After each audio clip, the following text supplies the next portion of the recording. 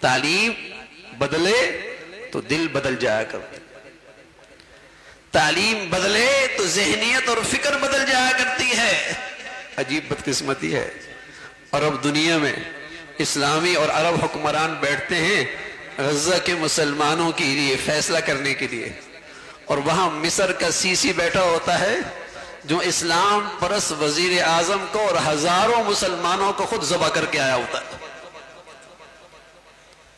وہاں بشار الاسد جیسا ظالم بیٹھا ہوتا ہے جس نے ہزارے بچوں کو خود قتل کیا ہوتا ہے۔ وہ مسلمانوں کے بارے میں، مسلمانوں کی حمایت میں کھڑے ہوں گے؟ یہ تو وہ طبقہ ہے نظام تعلیم کے اثر سے مسلمانوں پہ مسلط ہے، بدقسمتی سے نہ مسلمانوں کا ہے نہ اسلامی ملک کا ہے، اور ان کے دلوں میں تو ایک خوف بیٹھا ہوا ہے، خوف یہ بیٹھا ہوا ہے اگر اسلامی دنیا میں اسلام پرست اور حمیت ایمانی رکھنے والے مسلمان یہ غالب آ گئے تو ہمارے اقتدار کو خطرہ۔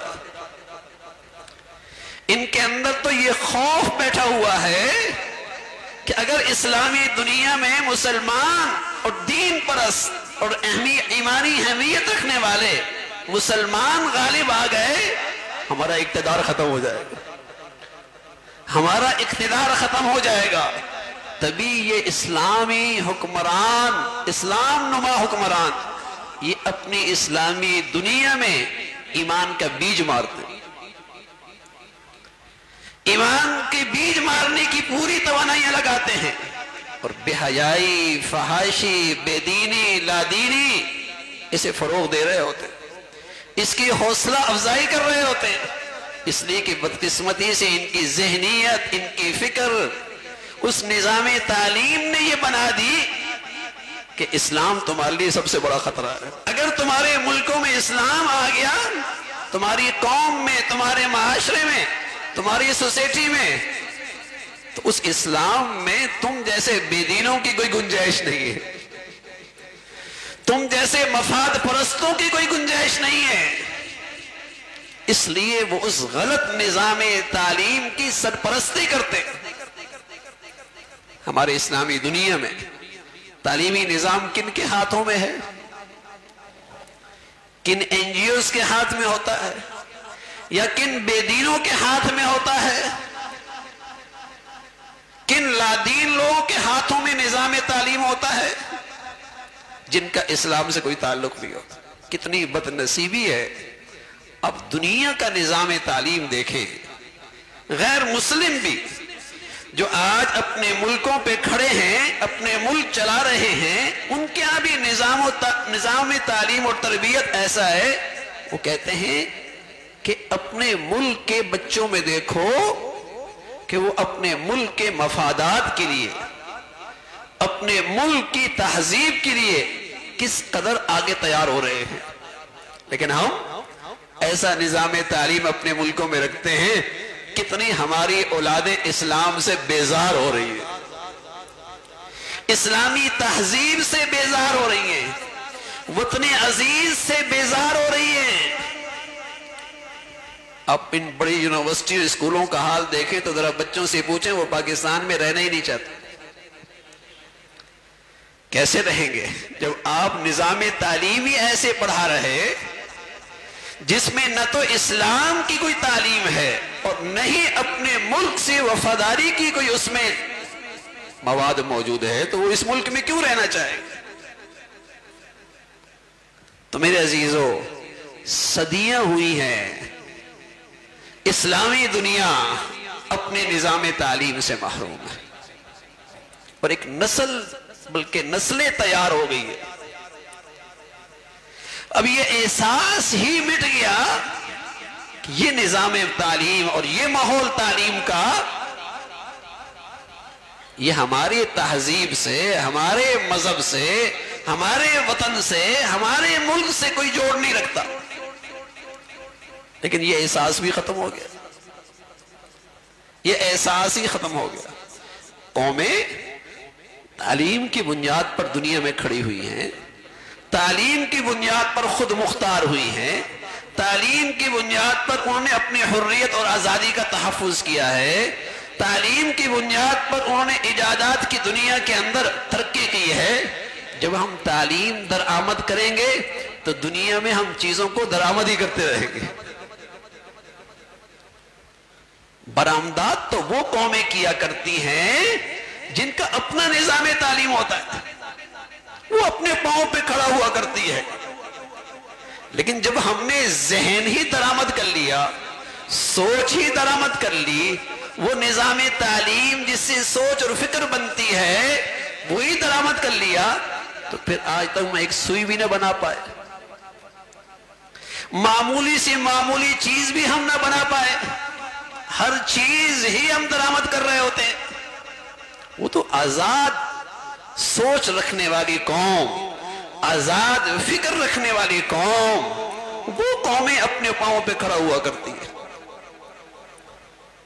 لیکن اسلامی دنیا کی بدنصیبی ہے، جسے اللہ نے جس امت کا آغاز ہو رہا تھا اور پہلا پیغام دیا تھا، اقرا، تم اپنا تعلیمی نظام رکھو، تم تعلیم سے تمہارا رشتہ جڑے۔ اسلام اور تعلیم یہ جھولی دامن ساتھ ساتھ ہے،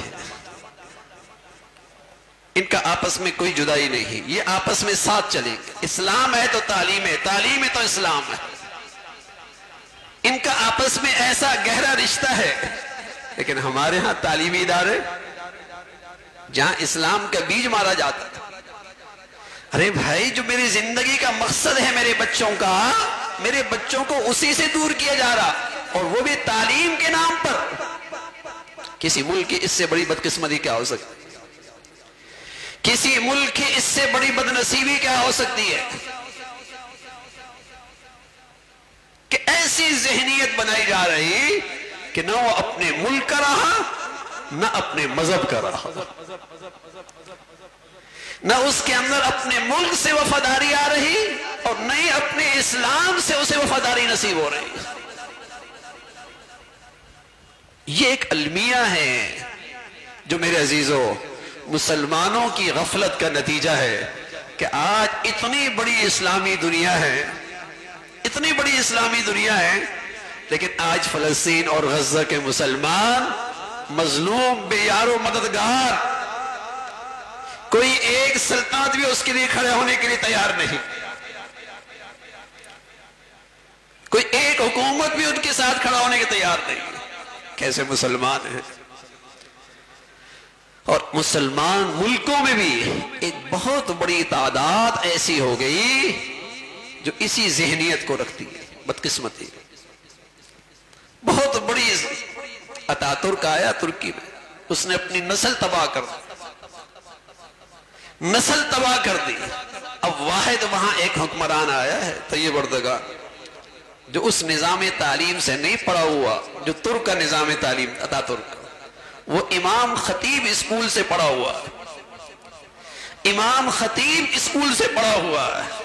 وہ ایک واحد حکمران ہے جو زبان دہل علی اعلان کہہ رہا کہ اسرائیل ایک دہشت گرد ریاست ہے، ورنہ کسی حکومت کو یہ جرت نہیں ہوتی، کسی حکمران کو یہ جرت نہیں ہوتی۔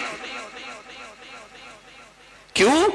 وہ اس نظام تعلیم سے خوش نصیبی سے نہیں آیا، ورنہ اس نظام تعلیم نے ایک نسل ختم کر دی وہاں پر بھی، اور ہمارے ملکوں میں بھی یاد۔ تو میرے عزیزو یہ ایک المیہ ہے، اور اللہ نہ کرے اسی نظام تعلیم سے ہماری نسل آگے بڑھتی چلی گئی تو شاید اسلامی دنیا کی طرح ان کی آزادی جو رہی صحیح ہے وہ بھی ختم ہو جائے گی۔ کسی بھی ملک کے نظام تعلیم میں دو بنیادی باتیں اہم ہوتی ہیں، ایک اس ملک سے وفاداری اور اس ملک کے تقاضے کیا ہیں، نئی نسل کو اس کے مطابق تیار کیا جائے، اور دوسری چیز اس ملک کا عقیدہ اور اس ملک کا نظریہ اور اس ملک کا عوام کا مقصد زندگی کیا ہے، اس نسل کو اس پر عمل کرنے کے لیے تیار کیا جائے۔ یہ اس ملک کا نظام تعلیم ہو۔ تو میرے عزیزو ضرورت اس بات کی ہے کہ ہمیں یہ بھی فکر ہو کہ ہماری اولادیں کس ماحول میں اور کس رخ پہ جا رہی ہے. ورنہ آپ نمازی ہوں گے، دیندار ہوں گے، اور جس ماحول میں اپنے بچوں کو ڈال بیٹھے ہیں، کل وہ کہیں گے ابا آپ تو پرانے زمانے کی باتیں کرتے، آپ تو تاریخ خیال ہو گئے، آپ کی ذہنیت تو پرانے لوگوں کی طرح ہے، وہ آپ کو بھی برداشت نہیں کریں. تو الامان والحفیظ کے ایسے دن ہم اپنے بچوں میں دیکھیں. اللہ رب العزت ہماری مدد فرمائے اور ہمیں ہمت اور حوصلہ عطا فرمائے. جو کچھ کہا سنا اللہ عمل کی توفیق نصیب فرمائے. وآخر دعوانا